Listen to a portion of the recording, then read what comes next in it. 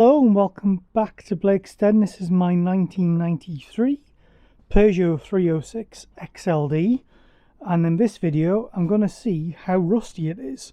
So let's make a start.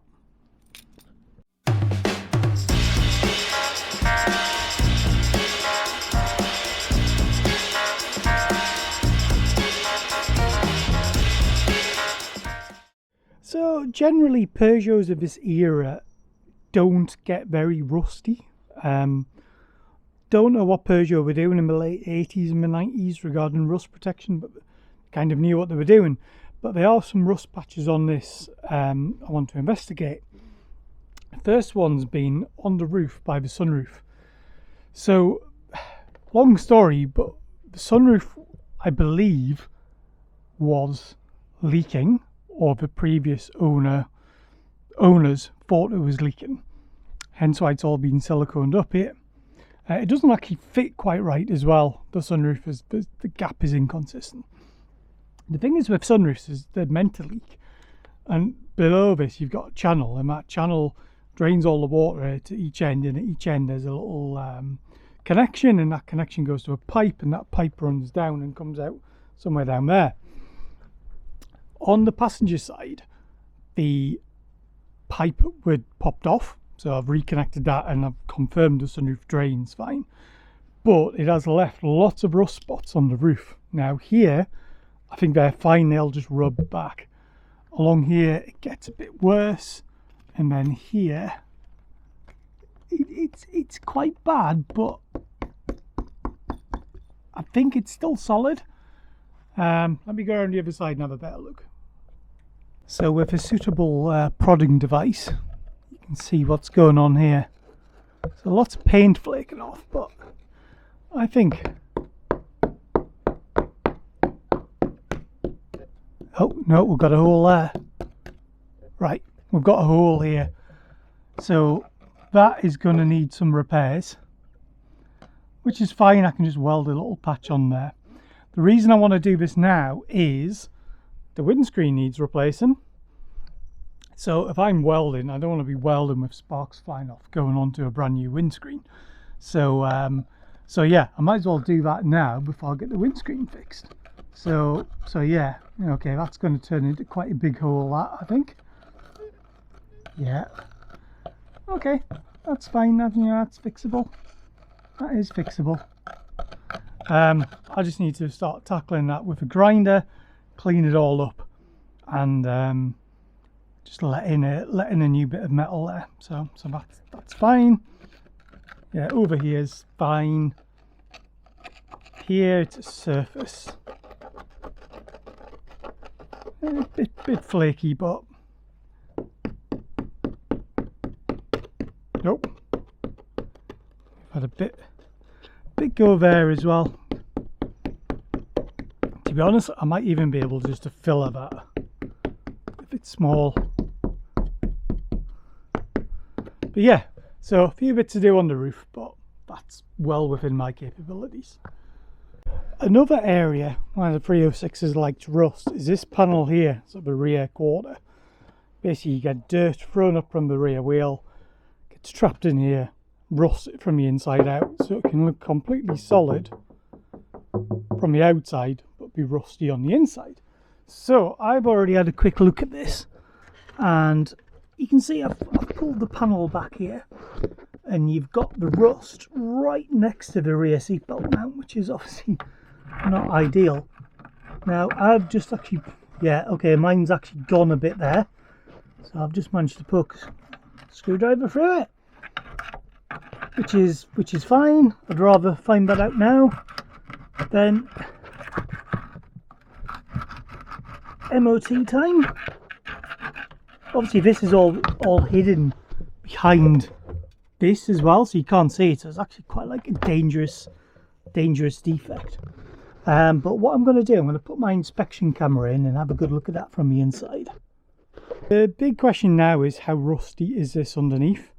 And the only way I'm going to tell is by getting it up on ramps or axle stands, getting underneath and having a good poke around. So let's do that.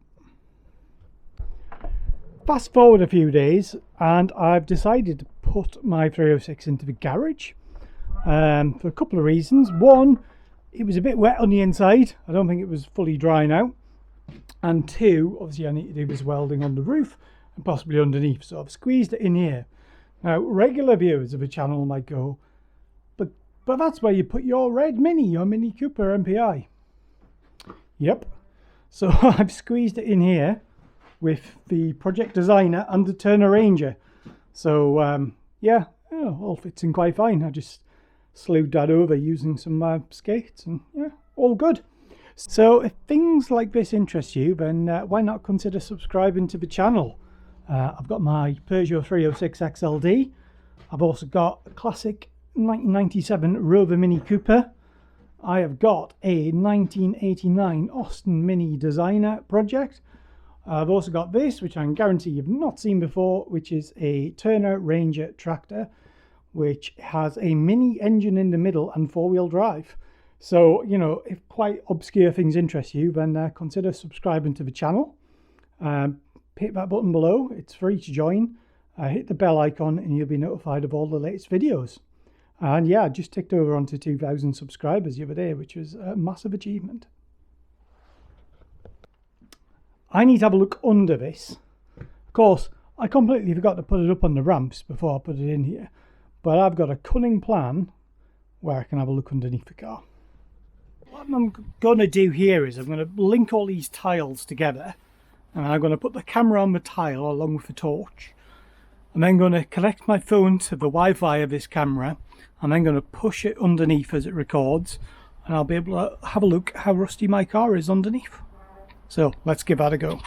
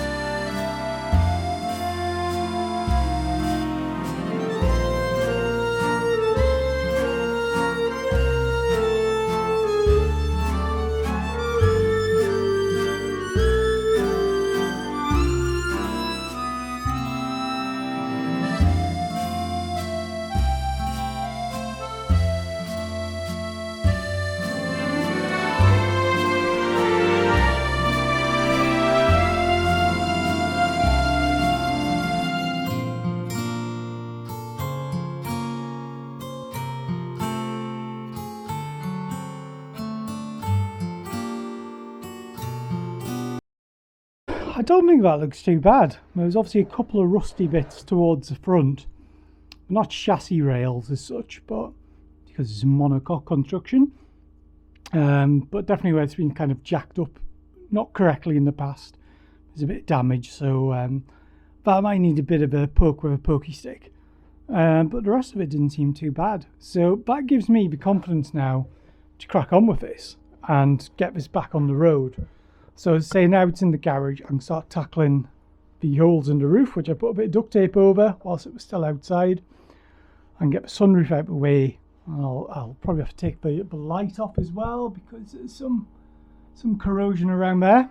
But yeah, that should be enough. I'm quite confident now I can get this back on the road.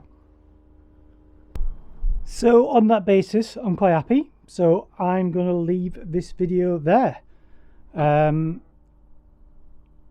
If you liked this video, give it a like below. You got any comments? Like, how did I get this car? Ask them below. And if you've got any technical comments, you can ask them as well. And also, please consider subscribing to the channel. It costs you absolutely nothing, and you'll be notified of all my latest videos. So with that, I'll leave it as that and say bye for now, and I'll see you soon. Bye.